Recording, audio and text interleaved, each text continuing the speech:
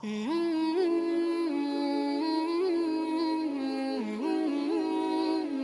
الله الرحمن الرحيم.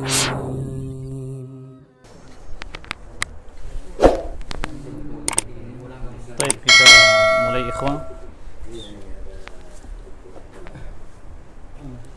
Bismillahirrahmanirrahim. Assalamualaikum warahmatullahi wabarakatuh.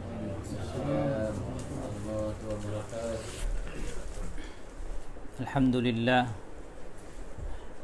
hamdan katsiran tayyiban mubarakan fih. Nahmaduhu jalla fi ula hamda syakirin wa nusni alaihi thana'u dzakirin. Ashhadu an la ilaha illallah wahdahu la syarika lah wa ashhadu anna Muhammadan abduhu wa rasuluh la nabiyya ba'dah. Allahumma salli wa sallim wa barik ala nabina Muhammadin sallallahu alaihi wasallam wa ala alihi wa ashabihi wa man tabi'ahum bi ihsanin ila yaumiddin. Amma ba'du, fa usini wa iyyakum bi taqwallah. Qala ta'ala fi kitabihil karim, ya ayyuhalladzina amanu taqullaha haqqa tuqatih wa la tamutunna illa wa antum muslimun.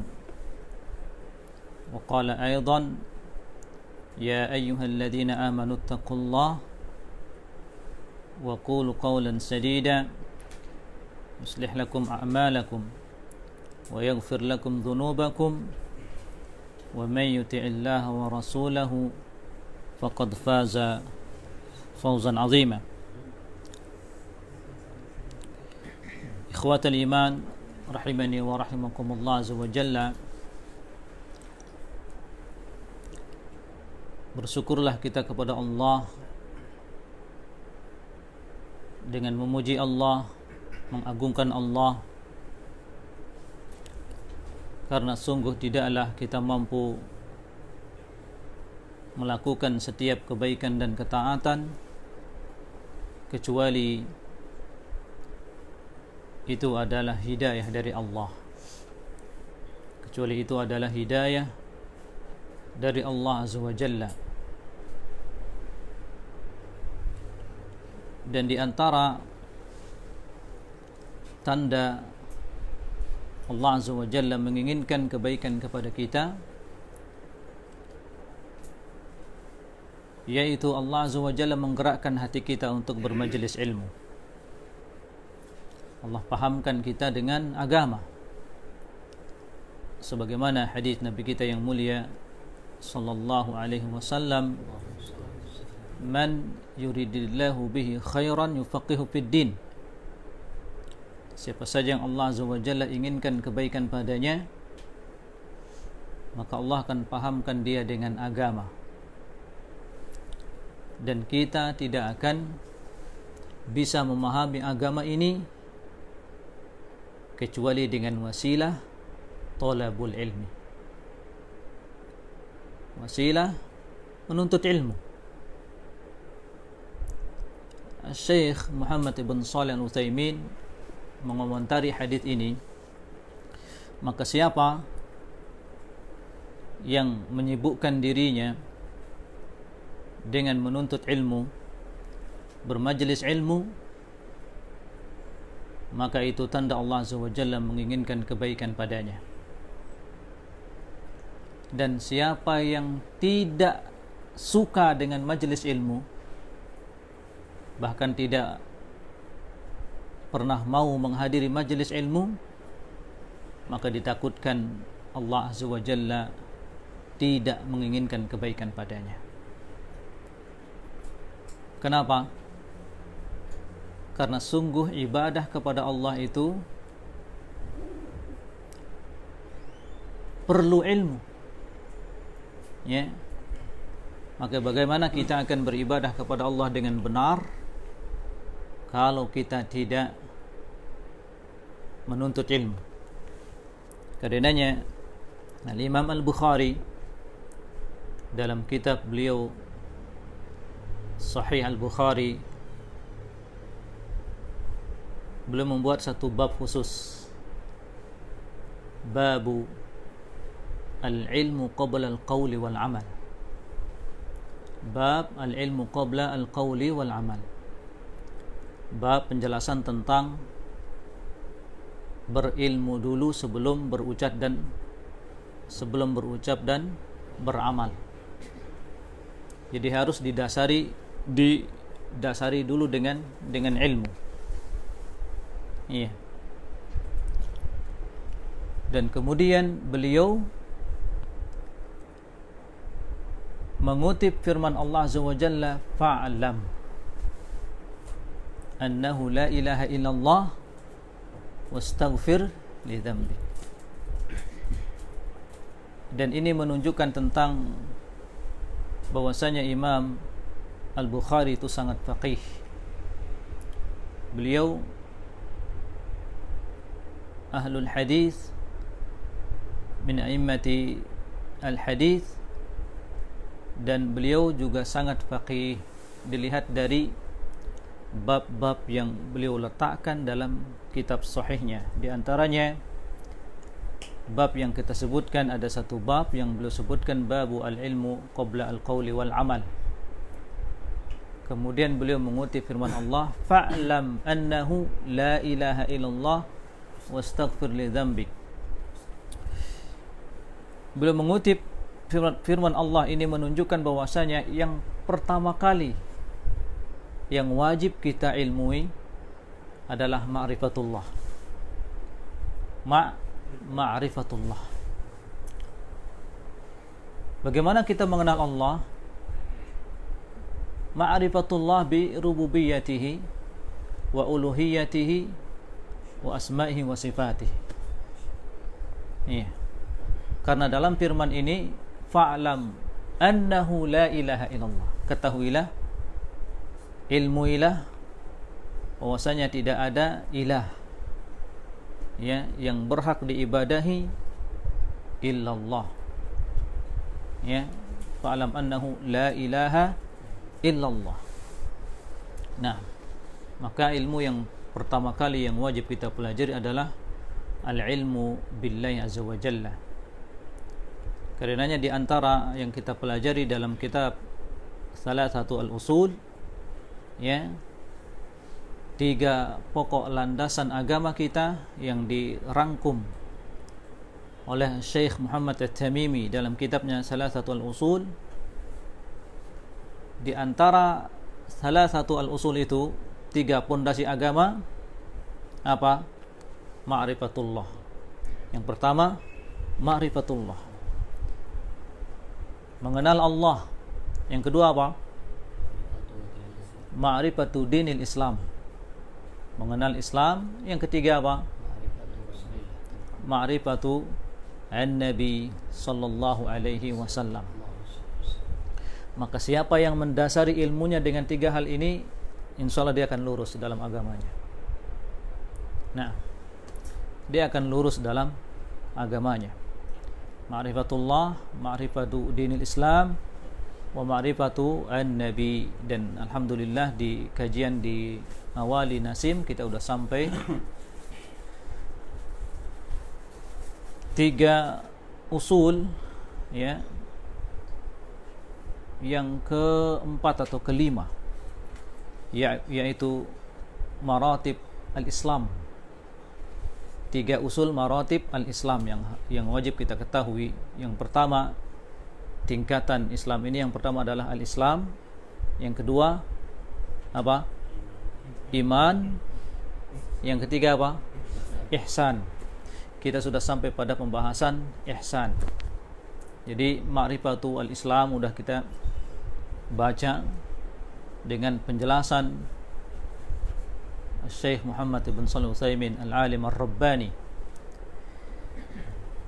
Piawainya Syekh Muhammad ibn Shalih Al-Utsaimin dalam menjelaskan permasalahan itu, ya, kitab mana saja yang kita baca dari kitab beliau itu, Syekh Utsaimin, beliau tidak meninggalkan kita tidak paham. Ya. Jadi seakan-akan kalau kita membaca kitab beliau tidak membiarkan kita tidak paham. Jadi beliau jelaskan dalam kitabnya itu sampai kita mengetahui, oh ini maksudnya. Ya. Rahimahullahu ta'ala rahmatan wasi'ah. Nah, jadi itu ilmu yang pertama kali wajib kita pelajari, yaitu al-ilmu billah, ma'rifatullah azza wa jalla. Ya.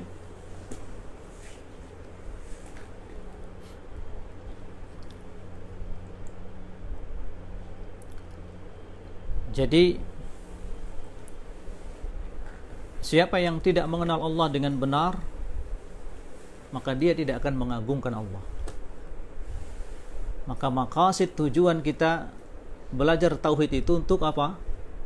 Ta'zimullah azza wa jalla, untuk mengagungkan Allah. Kenapa seseorang gampang melakukan kemaksiatan? Dengan mudah manusia melakukan kemaksiatan karena dia tidak mengagungkan Allah. Sekiranya kalau dia mengagungkan Allah, maka apa? Dia tidak akan berani melakukan kemaksiatan. Iya. Maka tujuan utama kita mempelajari tauhid li ta'zimillahi azza wa jalla, untuk mengagungkan Allah. Tapi terkadang tatkala kita menyebutkan apa itu, mempelajari anwa'u tauhid as-salatah, tauhid ar-rububiyyah wal uluhiyyah wa asma' wa sifat, ada yang mengatakan, oh, Anda ini seperti orang Nasrani, akidahnya trinitas. Ya. Dari mana Anda mendatangkan membagi tauhid itu menjadi apa? Menjadi 3. Iya, kita jawab, memang sebenarnya tauhid itu enggak perlu dibagi. Tauhid itu ya satu, mentauhidkan Allah azza wa jalla. Iya. Sebenarnya kita tidak perlu membagi tauhid. Nah, akan tetapi tatkala ilmu ini sudah hampir punah, para sahabat tidak ada kita mengetahui di riwayah para sahabat mengatakan, ya, at-tauhidu salah satu anwa', tidak kita dapatkan. Akan tetapi anwa' tauhid ini memang sudah ada di dalam Al-Quran dan hadis Rasulullah SAW, yang tidak disebutkan secara langsung apa itu 3 macamnya, tidak. Akan tetapi pembagian tauhid ini sudah ada isyarahnya. Karenanya orang-orang terkadang dia tidak mengetahui, dia terjatuh pada kesyirikan. Ya, mereka seakan-akan memahami bahwasanya syirik itu yang menyembah patung saja. Menyembah patung saja. Nah, padahal di situ ada kesyirikan pada tauhid ar-rububiyah apabila mereka meyakini ada penguasa selain Allah, ada yang mengatur alam semesta ini selain Allah. Itu mereka jatuh pada kesyirikan. Agar mereka mengetahui ini mereka jatuh pada kesyirikan apa, maka disebutkanlah bentuk kesyirikannya apa. Dia terjatuh pada kesyirikan ar-rububiyah. Tauhid ar-rububiyah, yaitu wajib kita mentauhidkan Allah azza wa jalla, bahwasanya Allah yang Razzaq, ya, Al-Muhyi, Al-Mumit. Apalagi? Iya, Al-Malik. Nah, Allah yang hanya Allah yang memberikan kita rezeki, Allah yang menghidupkan, Allah yang mematikan, Allah al-mudabbir lihadal kaun, Allah yang mengatur alam semesta ini tauhid rububiyah. Ketika ada manusia meyakini ini pantai ini ada penguasanya, ya, pantai lautan selatan ini ada penguasanya. Anda mau ikan banyak, ya, Pak nelayan, harus persembahkan kepala kerbau. Sekarang kita tanya, siapa maksudnya penguasa pantai ini? Allah apa ada khodam lain? Ada siapa maksudnya? Ada jin apa? Nah, di sini mereka pertama meyakini ada yang menguasai pantai ini selain Allah. Mereka sudah jatuh pada syirik rububiyah, meyakini ada penguasa selain Allah, ada yang mengatur selain Allah. Yang kedua, ketika mereka menyembelih kerbau, kemudian mereka persembahkan untuk penguasa yang mereka yakini, mereka sudah jatuh pada syirik apa? Syirik fi al-uluhiyah. Karena kurban, menyembelih itu apa? Ibadah.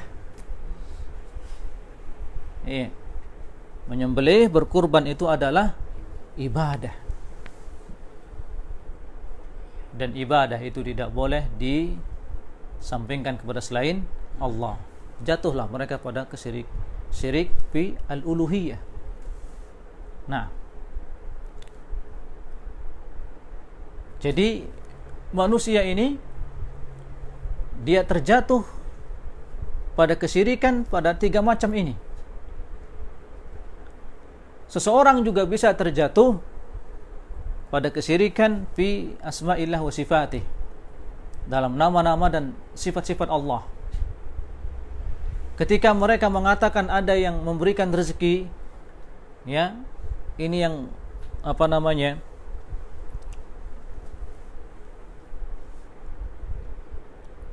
atau mereka mengingkari sifat-sifat Allah Azza wa Jalla, ya, atau memberikan nama bagi Allah Azza wa Jalla selain nama yang Allah Azza wa Jalla berikan bagi dirinya.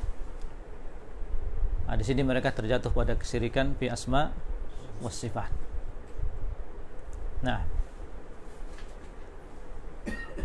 dan juga kita menjawab memang tidak ada pembagian ini, ya, tapi pembagian ini kita butuhkan agar kita tidak terjatuh pada 3 macam kesyirikan ini, waliyadzubillah. Sebagaimana di zaman para sahabat dahulu, ya, tidak ada yang namanya ilmu nahwu, tidak ada yang namanya ini mubtada, ini khobar, ya, tidak ada pelajaran yang namanya fi'il madhi, ya, fi'il mudhari, amr. Enggak ada taksimul kalam, pembagian kalam itu, ya, menjadi isim, fi'il dan huruf. Siapa yang membagi ini? Ya, seperti inilah, ya. Semakin ilmu itu indaras, semakin akan menghilang, maka kita butuh alat untuk mengetahuinya, untuk menyimpan memorinya. Ya. Jadi demikian. Nah, ikhwah sekalian rahimani wa rahimakumullah azza wa jalla. Ya, kita masih pembahasan kita pada kitab ini, dan sekali lagi kita sampaikan ikhwah, kita bermajlis membaca kitab, maka seakan-akan kita sedang bersama yang menulis kitab ini. Dan hati-hati, jangan kita membaca kitab dan kita tidak mencari penjelasannya dari para ulama. Ini diantara kesalahan seseorang. Dia membaca betul kajiannya, Masya Allah, ya, kajiannya membaca kitab Sahih Bukhari, membaca kitab Sahih Muslim, tapi dia terjemahkan sendiri, jelaskan sendiri. Ini bahaya. Dia hanya sekedar membaca matan-matannya, matan hadisnya, ya. Kemudian dia jelaskan sendiri tanpa merujuk kepada penjelasan para ulama. Nah, ini bahaya. Ya. Ngaji Sahih Bukhari dan Muslim, matanya saja dia kaji, dia terjemahkan, lalu dia jelaskan sendiri sesuai dengan kepalanya. Apalagi model kita orang Indonesia, bahasa Arab juga belepotan, enggak paham kan? Ya. Nah, ini bahaya. Maka dia akan apa? Dia akan lebih menyampaikan kesesatan daripada memperbaiki. Orang yang demikian, apabila dia hanya belajar hadis atau membaca matan hadis, lalu dia tidak merujuk kepada penjelasan para ulama. Dan kitab sekarang alhamdulillah mutawaffirah kitab-kitab itu dengan dijelaskan oleh para ulama seperti yang kita baca ini, ya. Kitab aslinya adalah Bulughul Maram yang ditulis oleh ahlul hadis al-Imam al-Hafidh Ibnu Hajar, ya. Beliau adalah seorang imam ahli hadis dan termasuk pembesar madhab Syafi'i. Nah, dan indahnya kitab ini kita dijelaskan pendapat-pendapat para ulama. Iya. Kita sampai pada hadis berapa, ikhwah? Tentang Rasulullah SAW menyela-nyela jenggotnya. Naam. Hadis Utsman. Hadis Utsman. Nah. Qala inna an-nabiy sallallahu alaihi wasallam kana yukhallilu lihyatahu fil wudu. Sesungguhnya Rasulullah SAW berwudu, beliau menyela-nyela jenggotnya. Nanti kita akan mendapatkan penjelasan hadisnya pada hadis berikut ini, ya. Jadi beliau berwudu, beliau menyela-nyela jenggotnya, ya.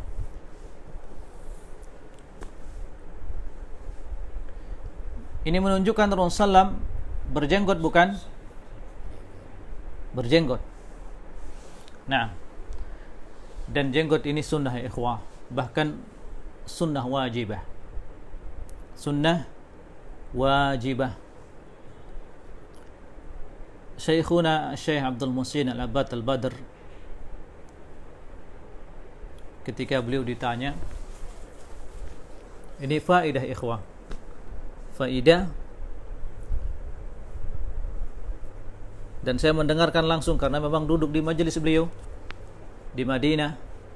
Beliau Masya Allah menjelaskan kutub as-sittah, mensyarah kutub as-sittah, dan dari awal saya di Madinah saya sudah mendapatkan beliau sedang mensyarah Sunan Abi Dawud. Sunan Abi Dawud itu sampai selesai itu beliau muter Sunan Abi Dawud, Sunan At-Tirmidzi, Sunan Ibnu Majah, nanti balik lagi mensyarah Sahih Bukhari, Sahih Muslim. Nah, di tengah-tengah kajian, di waktu dibacakan pertanyaan, ada yang bertanya, Fadilatul Syekh, ada seorang pemuda, dia datang meminang putriku, mengkhitbah putriku, tapi pemuda ini dia tidak memelihara jenggotnya. Pemuda ini dia tidak memelihara jenggotnya. Maka kata Syekh, jangan kau terima pinangannya, karena dia adalah seorang fasik, kecuali dia bertaubat. Kenapa? Karena memelihara jenggot itu, ikhwah, pendapat yang paling sahih itu wajib. Pendapat yang paling benar, sunnah memelihara jenggot ini wajib, karena terkumpul padanya 3 macam sunnah ini, ya. Apa itu sunnah, ikhwah? Ma udifa ilan Nabi sallam min qaulin aw fi'lin aw taqririn, apa yang disandarkan kepada Nabi Muhammad SAW dari perkataan. Dengan lisan Rasulullah SAW langsung beliau memerintahkan untuk memelihara jenggot. Beliau bersabda, "Ufu al-liha wa khalifu al-majuz." Peliharalah jenggot kalian dan selisilah orang-orang Majusi. Ini perintah langsung Rasulullah SAW. Kemudian min fi'li Nabi SAW, beliau berjenggot. Disebutkan dalam kitab Asy-Syama'il Al-Muhammadiyah li Imam At-Tirmidzi, jenggot beliau sampai ke tulang rahangnya, ya, lebat, sampai para sahabat itu mengenali bacaan beliau dari gerakan jenggotnya. Para sahabat mengenali bacaan beliau dalam salatnya itu dari gerakan jenggotnya, sehingga para sahabat banyak bertanya, "Ya Rasulullah, ra'ainaka taqra'u syai'an." Karena mereka melihat Rasulullah jenggotnya bergerak, berarti beliau membaca. Nah, kemudian min taqririn Nabi, para sahabat melihara jenggotnya Rasulullah tetapkan. Terkumpul makna sunnah, tiga makna sunnah ini pada perintah memelihara jenggot. Nah, dari perintah langsung Rasulullah SAW, perbuatan Rasulullah SAW, dan ketetapan Rasulullah SAW. Sehingga Syekh Abdul Muhsin Al-Abbad Al-Badr belum merajihkan pendapat yang paling kuat, memelihara jenggot itu hukumnya wajib. Nah,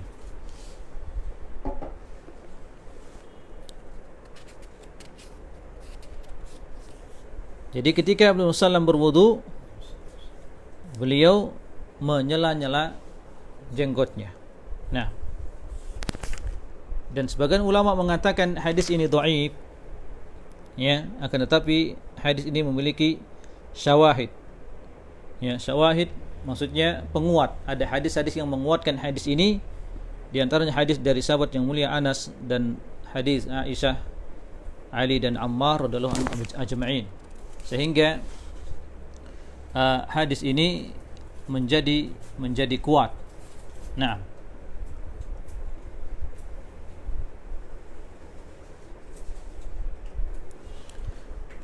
pelajaran dari hadis ini, ikhwah, kana an-nabi sallallahu alaihi wasallam yukhallilu lihyatahu fil wudu. Rasulullah dulu berwudu, beliau menyela-nyela jenggotnya. Apa pelajaran yang kita ambil dari hadis ini? Masyru'iyatu takhlilul lihyah fil wudu. Disyariatkan kita menyela-nyela jenggot ya, ketika berwudu. Nah, di sela-sela. Begini. Nah,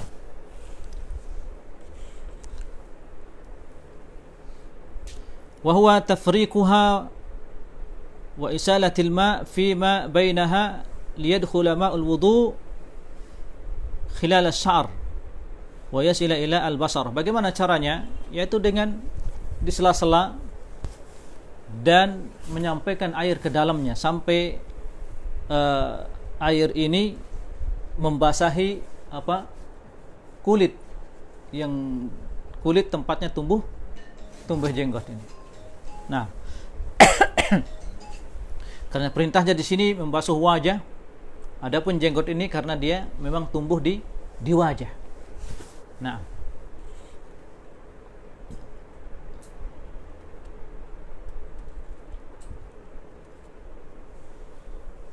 kemudian Syekh menyebutkan asy-sya'rul ladzi fil wajh qisman.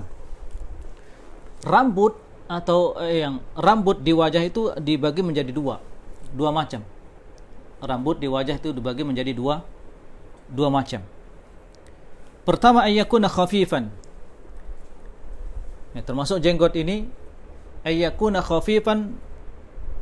Rambut yang ada di wajah ada dua macam. Yang pertama, rambut ini atau bulu ini tipis, ya, kelihatan kulitnya. Orang yang punya jenggot 1, 2, 3 ya jelaslah kelihatan kulit dagunya, ya kan? Nah, tara al-basarah min waraihi, karena saking tipisnya jenggotnya atau jarangnya kelihatan apanya? Kulitnya. Ya. Fahada yajibu ghusluhu wa ghuslu ma tahtahu minal basarah. Maka ini wajib apa dicuci, ya, dan mencuci apa ma tahtahu minal basarah, mencuci kulitnya, kulit tempat tumbuhnya jenggot yang tipis tadi, ya.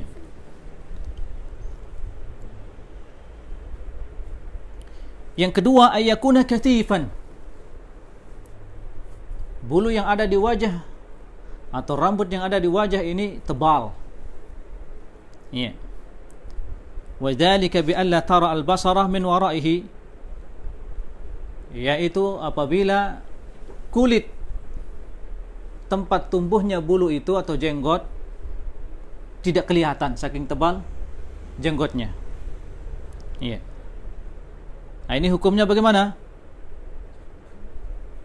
Fahada yajibu fihi ghuslu zahiri, maka ini wajib mencuci zahiri yang nampak, ya. Wa yustahabbu takhlilu batinih, jadi yang wajib kita cuci ya yang nampak saja, tapi sunnah di sela-sela, menyampaikan, memasukkan air sampai kena ke kulit tempat tumbuhnya jenggot yang tebal, itu sunnah. Yang wajibnya apa? Mencuci zahiri yang nampak, karena tebal. Adapun kalau tipis, jenggot Pak Maman tipis, ya kan? Nah, itu wajib dicuci semuanya. Naam. Jadi jangan kita remehkan sunnah ini, ikhwah. Antum bayangkan kalau kita melihat, kalau kita pikirkan, ya, ada sunnah Nabi sallallahu alaihi wasallam yang kita tidak susah-susah untuk mengerjakannya. Apa itu? Memelihara jenggot. Tidak susah-susah kita mengamalkannya. Dan antum bayangkan dalam sehari antum mengamalkan sunnah ini 24 jam. Loh, kalau antum pikirkan, berarti ini sunnah yang paling lama kita kerjakan dalam seumur hidup kita. Mengalahi salatul lail, salat malam. Coba. Tinggal antum biarkan, ya, maka antum sudah mengamalkan sunnah Nabi. Ya kan? Seperti itu. Kita bisa mengamalkan sunnah Nabi ini dalam sehari 24 jam. Mana ibadah yang mampu kita lakukan 24 jam terus kita beribadah? Sunnah memelihara jenggot. Nah, tapi bukan berarti orang nggak punya jenggot beli obat ini dan itu biar pelihara jenggot. Nggak wajib. Yang nggak tumbuh, nggak ada jenggotnya, nggak apa-apa. Iya. Nah, ini faedah azimah, ikhwah. Antum bisa mengamalkan sunnah 24 jam dalam sehari, memelihara jenggot. Nah,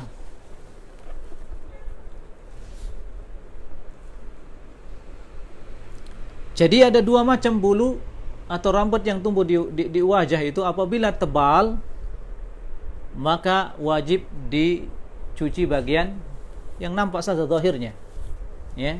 Ini wajibnya, ya, dicuci, wajib.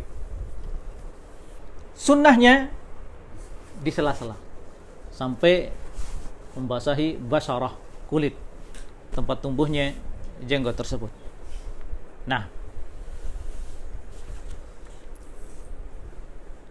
jadi fa yajibu ghusluhu wa isalu al-ma'i ila al-basarah wa usuli sya'r, diwajib mencucinya dan menyampaikan air ke kulit, ya, sampai ke akar-akar rambut tersebut, rambut jenggot ini apabila jenggotnya tipis.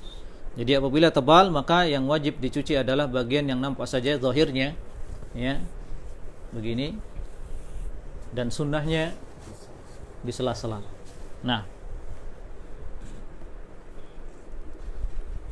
Wa hadha at-tafsil wal bayan jaa min at-tatabbu' wal istiqra' lil wudu' asy-syar'i, dan perincian ini tentunya didapatkan, kata Syekh menjelaskan, ya, ba'da min at-tatabbu', setelah mengumpulkan, ya, dalil-dalil. Jadi para ulama itu menetapkan suatu istimbat hukum. Jadi bukan melihat satu dua hadis saja, tapi dengan sudah bersusah payah mencari hadis-hadis Rasulullah SAW, kemudian juga bersusah payah mencari aqwalul ulama. Nah, fi tafsiri hadzal hadis, dalam mentafsirkan hadis ini. Nah,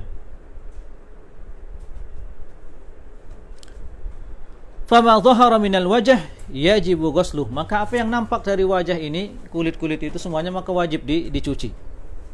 Wa minhu ma tahta sya'r al-khafif, di antaranya kulit yang berada di bawah rambut yang tumbuh tipis.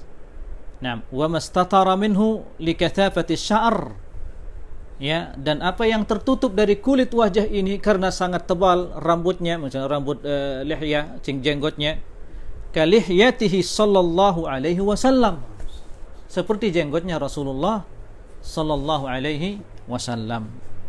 Fal masru takhliluha, maka di sini yang masru diperintahkan untuk apa? Menyela-nyelanya. Ya. Maka disunnahkan di sini untuk menyela-nyelanya. Nah, dan kalau kita perhatikan ikhwah, wudu ini kita mendapatkan banyak sekali pahala sunnah di dalam berwudu. Nah, baik. Hadis berikutnya, an Abdullah bin Zaid radhiyallahu anhu qala inna an-nabiy sallallahu alaihi wasallam utiya bi thulutsai muddin faja'ala yadluku dhira'aihi, akhrajahu Ahmad wa sahahahu Ibnu Khuzaimah. Nah, darajat al-hadis hadis as-sahih, ini hadis sahih. Nah, hadis berikutnya ikhwah, hadis yang ke-38 pada bab ini, babul wudu. Ya, lihat ikhwah,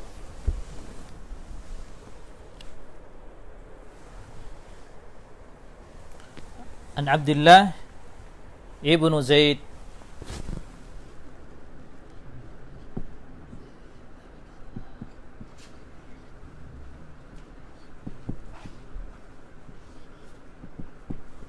Nah, Abdullah ibnu Zaid radhiyallahu anhu.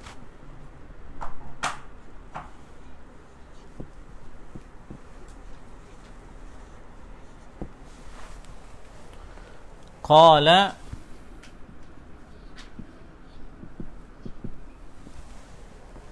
utiya bi anna inna an-nabiy sallam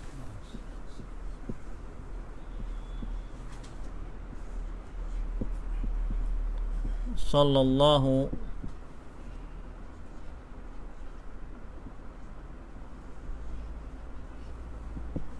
utiya bi thulutsai muddin,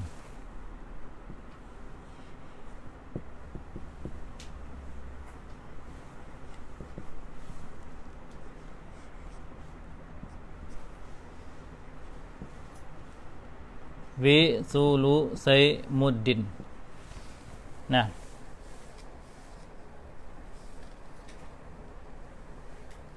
faja'ala yadluku dhira'aihi,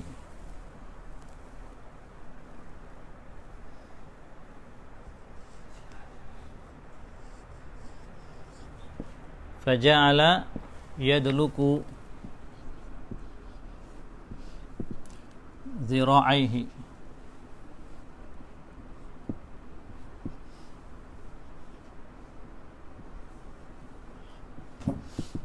Nah,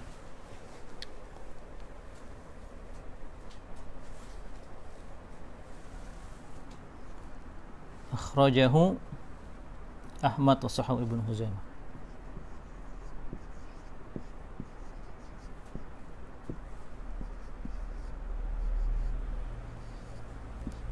Ibnu Khuzaimah. Ya ikhwah, dari hadis ini insyaallah kita akan mengetahui ya jumlah air yang dengannya Rasulullah berwudu. Ya. An Abdullah bin Zaid radhiyallahu anhu qala inna an-nabiy sallallahu alaihi wasallam utiya bi thulutsai muddin. Ya. Rasulullah SAW didatangkan dengan bi thulutsai muddin 2/3 mud. 2/3 apa? Mud. Beliau didatangkan air ya, maksudnya di sini bi thulutsai muddin. Ya. Faja'ala yadluku dhira'aihi. Kemudian dengan itu maksudnya di sini berwudu dengan air itu sejumlahnya ini juga beliau sallam yadluku dhira'aihi. Dhira'aihi dua siku-sikunya. Jadi ini di antara sifat wudu Rasulullah ketika beliau mencuci dua tangannya ini betul-betul beliau yadluku, bahasa kita dalek itu seperti memijit. Ya. Dua siku-sikunya. Ya, setelah yang kanan ya, ketika beliau mencuci tangannya di bagian dua siku-sikunya beliau yadluku. Jadi betul-betul tangannya menyampaikan air di dua siku-sikunya ini. Nah, 2/3 mud. Afwan. Ini. Ya. Ini mud nabawi, ikhwan. Ini saya sudah mendapatkan ijazah dari Syekhuna Syekh Yahya Ibn Utsman Al-Mudarris. Beliau pengajar di Masjid Nabawi. Beliau mendapatkan sanad mud ini sampai ke Zaid ibn Thabit Al-Ansari yang membagi zakat Rasulullah SAW. Ya. Nah, ini takarannya sebegini. Takarannya seperti ini. Ini mud nabawi.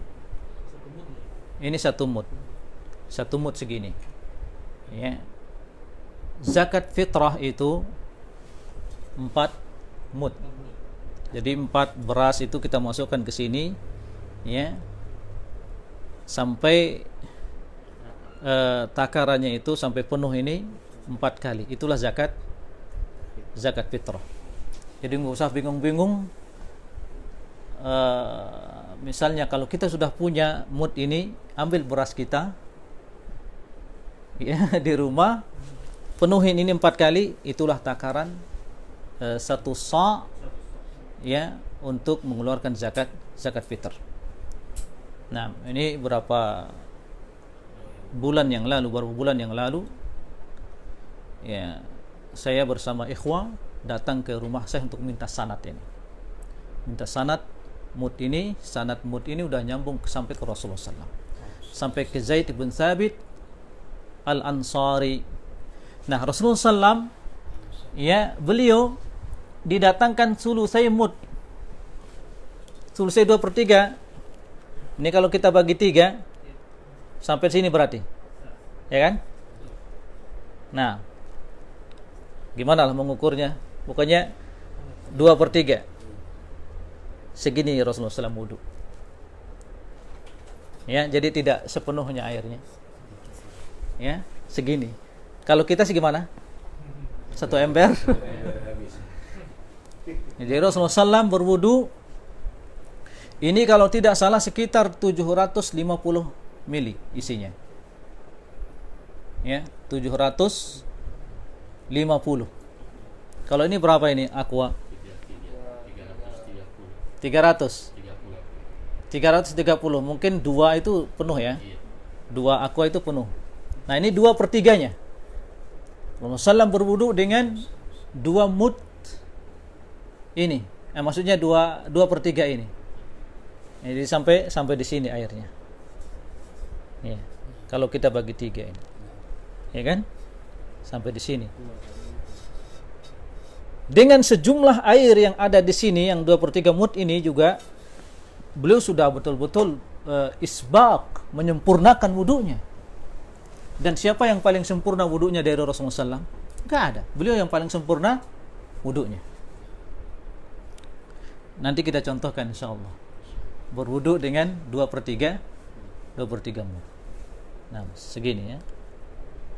Nah, nanti insyaallah juga saya ijazahkan sanad mud ini kepada antum. Tapi antum beli sendiri nih ya mudnya ya. Mudnya ada di sini di mana itu? Di Jarwal ada dijual. Jadi kalau kita iya betul. Jadi kalau kita mau beli ada mudnya Syekh Yahya. Jadi ada nama syekhnya langsung. Jadi mereka mengetahui karena masing-masing mud ini ada nama, ada syekhnya. Ya. Ada mudnya Syekh Yahya, langsung mereka paham. Oh ini. Fadhal.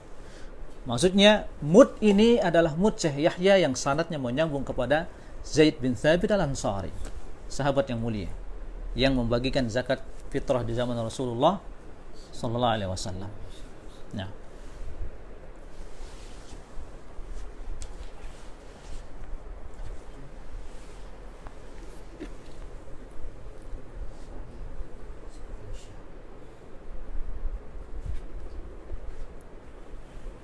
pelajaran apa yang kita ambil dari hadis ini, ikhwan?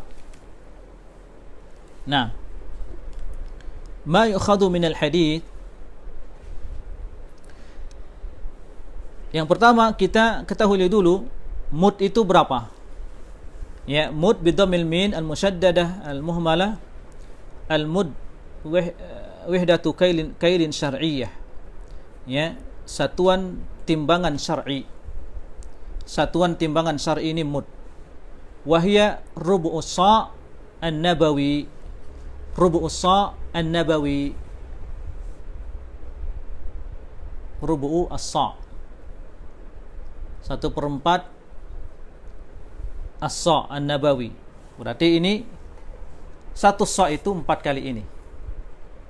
Ya. Rubu'us sa' an-nabawi. Naam.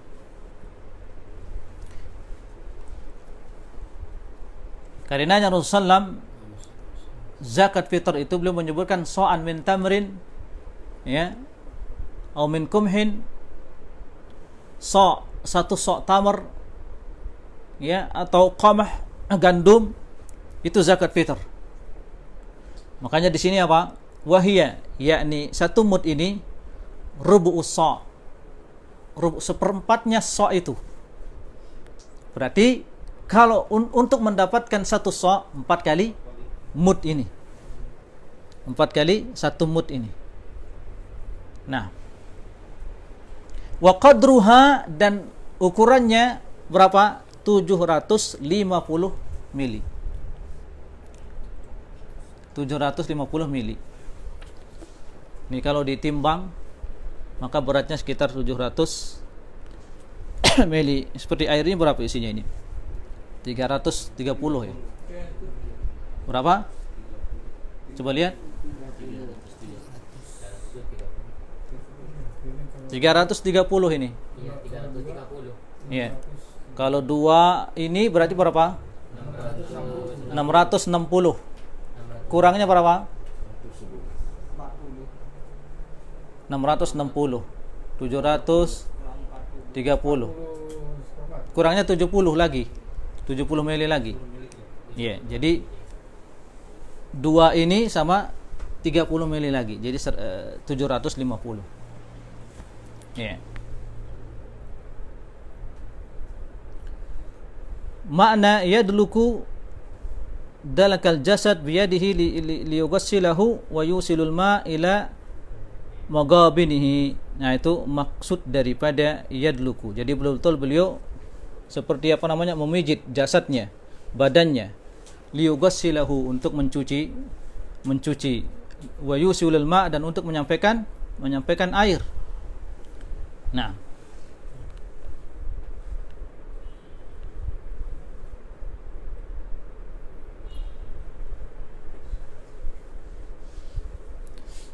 dhira'aihi, adh-dhira', 2 siku-siku Rasulullah. Adh-dhira' itu apa ya, ikhwan? Dalam hadis ini wa yadluku dhira'aihi, ya kan? Rasulullah mencuci sampai beliau apa? Yadluku, seperti memijit-mijit 2 sikunya ini. Ya, siku beliau sallam. Adh-dhira' min al-insan hiya min tarafil mirfaq. Min taraf al-mirfaq ya, ila al-kaf, ila al-kaf. Nah,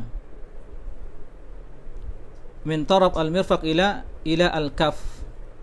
Jadi ukuran az-zira' itu min taraf al-mirfaq, dari ujung sini sampai kaf, sampai telapak tangan ini. Ini 1 zira'. Nah, dari ujung al-mirfaq, siku-siku, ila al-kaf, sampai telapak tangan. Nah, ini dinamakan dengan 1 az-zira', 1 zira'. Nah, baik, pelajaran yang kita ambil dari hadis ini ikhwah, yang pertama, masru'iyatul wudu bi thulutsai al-mud. Nah, ini dia. Ini kita enggak tahu ilmunya kalau kita enggak baca kitab, ya kan? Kita enggak tahu ilmunya kalau kita enggak baca kitab. Nah, masru'iyatul wudu bi thulutsai al-mud, bi thulutsai al-mud. Wal muddu rub'u sa' an-nabawi, was sa' an-nabawi 3 liter. Nah, 1 sa' itu 3 liter ukurannya. Jadi pelajaran yang kita dapat dari hadis ini, disyariatkannya berwudu dengan bi thulutsai al-mud. Ya, 2/3 mud, seperti yang kita contohkan tadi. Ya, ini jadi dibagi 3, ya. 2/3-nya ya kita sisakan, 2/3-nya di bawah, ini kosong atasnya. Maka sejumlah ini disyariatkan kita, air yang kita gunakan untuk apa? Berwudu. Nah,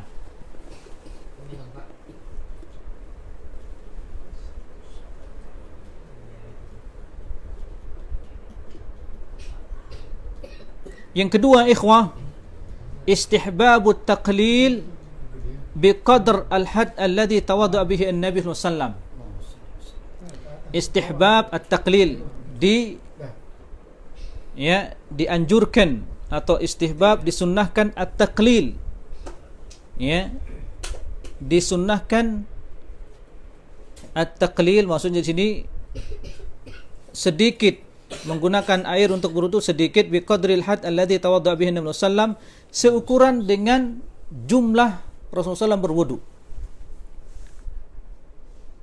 Nah, ini faedah yang kedua dari hadis ini untuk istinbat hukum, dianjurkan atau disunnahkan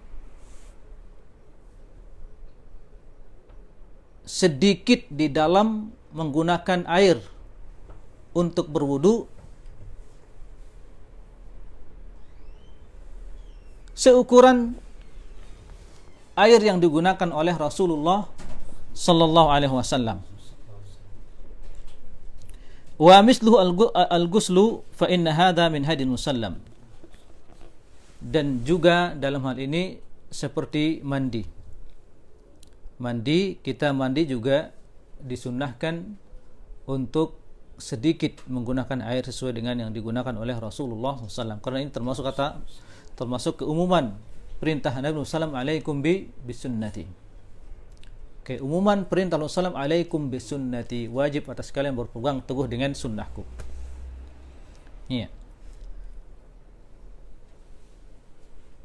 Kemudian hukum atau pelajaran yang ketiga dari hadis ini, istihbabu dalki a'dha'il wudu, lianna dhalika min al-isbaq al-mustahab. Ya. Istihbab, disyariatkannya dalq a'dha'il wudu, meremas-remas, ya, bahasa kita apa ini, menggosok. Nah, menggosok ya dengan tangan. Nah, menggosok anggota wudu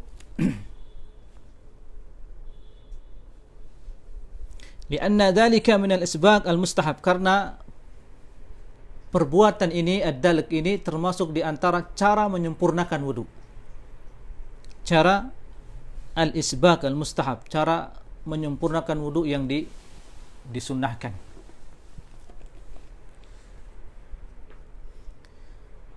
Yang keempat, faedah dari hadis ini,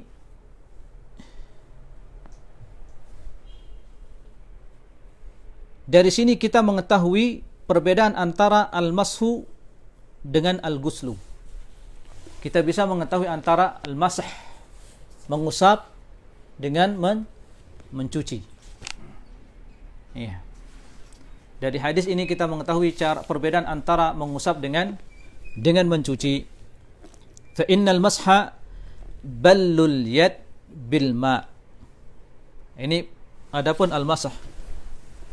Perbedaan antara masah, ikhwah, adapun al-masah, mengusap itu bagaimana?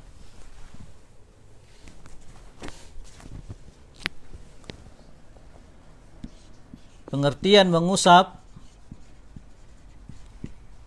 dalam berwudu itu apa? Kata Syekh menjelaskan, ballul yad bil ma, membasahi tangan dengan air. Ini masah ya, membasahi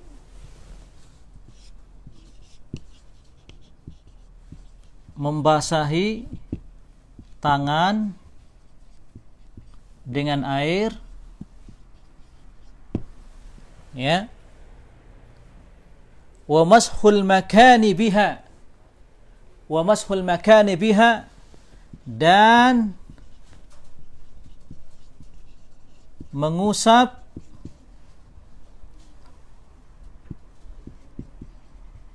tempat yang diusap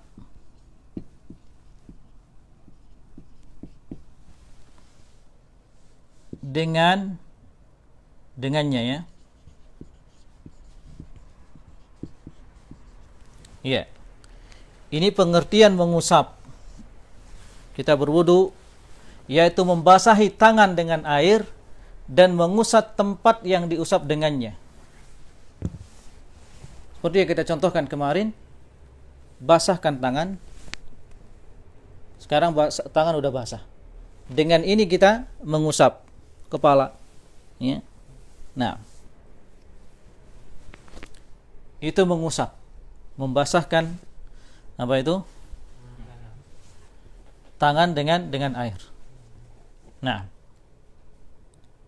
wa amma al-ghuslu bahwa ijra'ul ma 'alal mahal. Adapun al-ghuslu,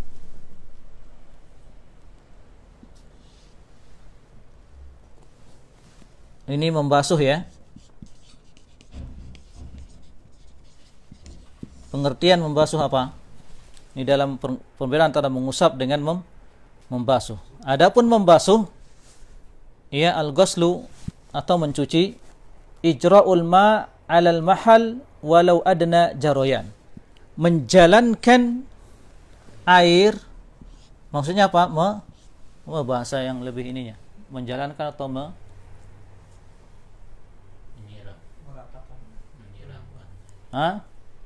menyiramkan,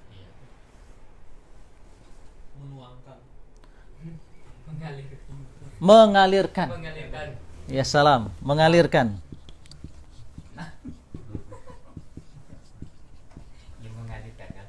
Ya, airnya yang diambil ini kalau mencuci itu. Kalau tadi tangan yang dicelupkan atau dibasahkan. Kalau ini betul-betul air yang diambil.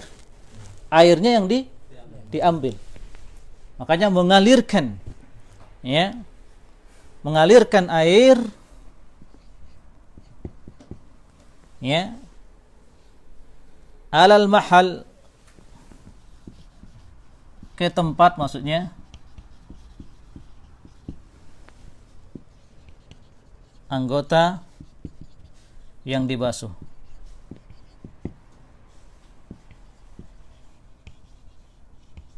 Nah, walau adna jarayan, maksudnya di sini, ya, walaupun aliran airnya itu sedikit, yang penting airnya itu kita bawa, diambil airnya itu. Ya, seperti kita mengambil air begini, kemudian airnya itu kita berjalan di anggota wudu yang kita basuh. Kemudian dengan itu kita dalek. Iya. Nah, ini perbedaan antara mengusap dengan membasuh. Mengalirkan air ke tempat anggota yang dibasuh. Nah,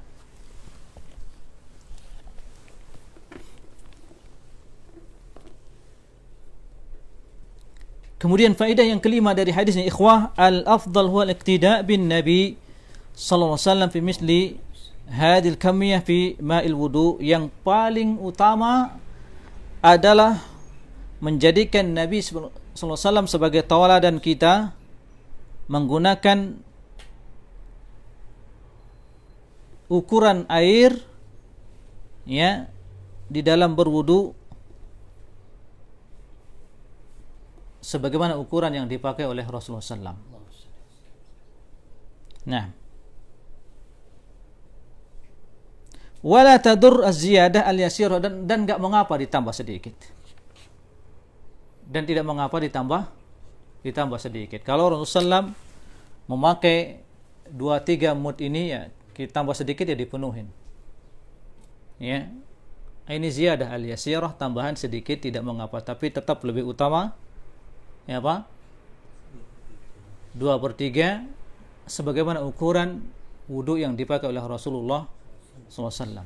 Lah kalau 3-4 kali ini gimana? Mandi. Ini namanya apa? Israf, berlebihan. Apalagi sekarang kita ikhwah, air itu tinggal kita putar, cret.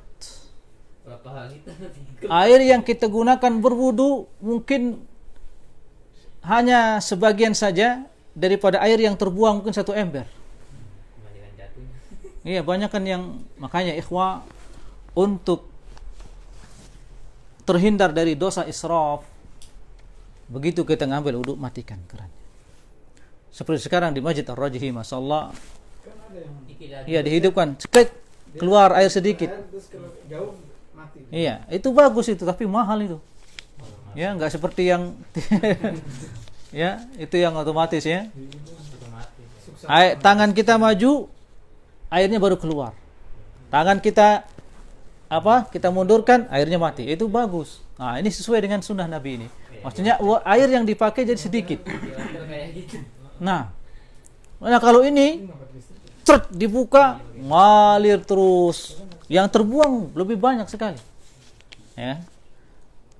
Tapi bagaimana cara kita mengamalkan agar kita tidak israf, berlebihan? Kita buka, ambil air yang kita perlukan, tutup lagi. Gitu caranya. Jangan biarkan terbuang itu. Air itu banyak sekali. Sampai Rasulullah melarang kita israf berwudu walaupun kita wudu di air sungai. Coba antum bayangkan. Ya. La tusrif fil ma' wa in kunta ala nahrin jarin. Jangan kalian berlebihan memakai air walaupun kalian sedang berada di sungai yang mengalir. Kalau kita bayangkan, ini kita disuruh air sedikit untuk berwudu, ini kemana air banyak sekali. Antum diperintahkan menggunakan air itu ya secukupnya untuk berwudu saja. Yang mengalir itu sudah Allah Azza wa Jalla menciptakan itu untuk kita. Ya, dan kadang kita tidak sadar. Baru sadar air itu sangat penting sekali ketika air macet. Nah, itu diantara siksaan Allah. Bisa jadi kemarin kita sangat banyak menggunakan air, ya, akhirnya airnya mati 1 minggu. Kebingungan antum. Masjid, mau ngambil air di masjid, haram, mamnu. Ya kan? Galon-galon disiapkan. Tapi insyaallah ikhwah, kalau kita amalkan jangan israf fil ma', insyaallah air itu tidak akan macet. Nah, itu kalau macet air ini peringatan. Berarti ente berlebihan menggunakan air kemarin. Iya, kebanyakan dibuang. Nah,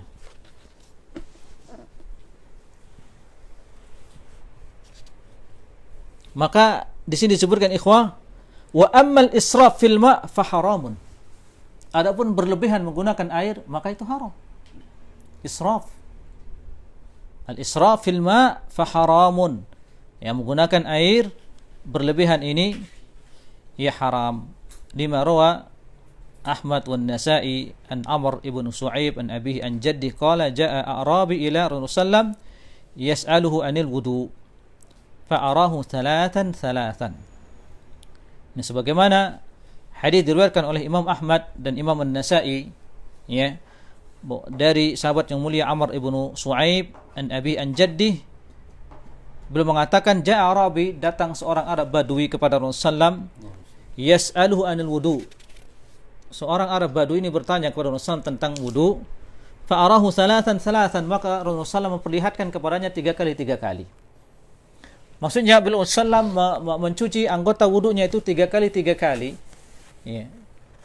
Dan wajibnya 1 kali, sempurnanya 3 kali. Maksudnya apa?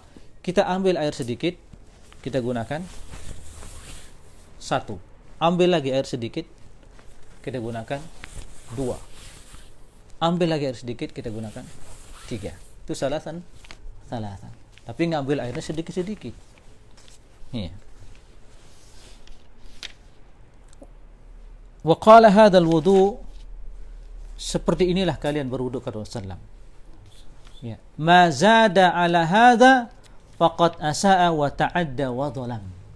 Siapa yang berlebihan dari ini yang dicontohkan oleh Rasulullah, ya, faqad asaa wa ta'adda wa dhalama, maka sungguh dia telah melakukan keburukan. Asaa, melakukan dosa, wa ta'adda, berlebihan, wa dhalam, dan zalim, berbuat kezaliman. Nah, kemudian ikhwah, berbeda pendapat ulama ya. Apa tadi itu? Menggosok ya.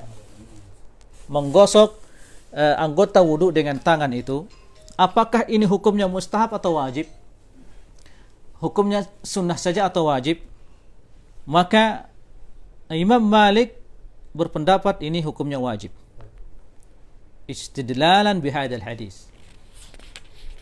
Imam Malik berpendapat bahwasanya menggosok anggota wudu itu hukumnya apa? Wajib. Boleh berdalil dengan hadis ini. Ya, wa kana yadluku faja'ala yadluku dhira'i. Nah. Adapun pendapat Imam Ahmad, beliau mengatakan tidak wajib. Tidak wajib. Ini pendapat Imam Ahmad. Li'annahu lam yarid ma yadullu 'alal wujub, karena ini tidak datang hadis yang menunjukkan tentang wajibnya. Hadis ini tidak menunjukkan tentang wajib. Wa amma fi'lun nabi, adapun apa yang dilakukan oleh Rasulullah ini yadullu 'alal istihbab, ini menunjukkan tentang sunnah saja. Wal ma'muru bihi huwa al-ghusl, yang diperintahkan itu adalah al-ghusl, mencucinya ya. Walaysa ad-dalku minhu, dan bukanlah perintahnya di sini adalah menggosoknya, tapi yang diperintahkan adalah mencucinya. Nah, dan mencuci tadi apa? Mengalirkan air ke tempat anggota yang dibasuh. Nah,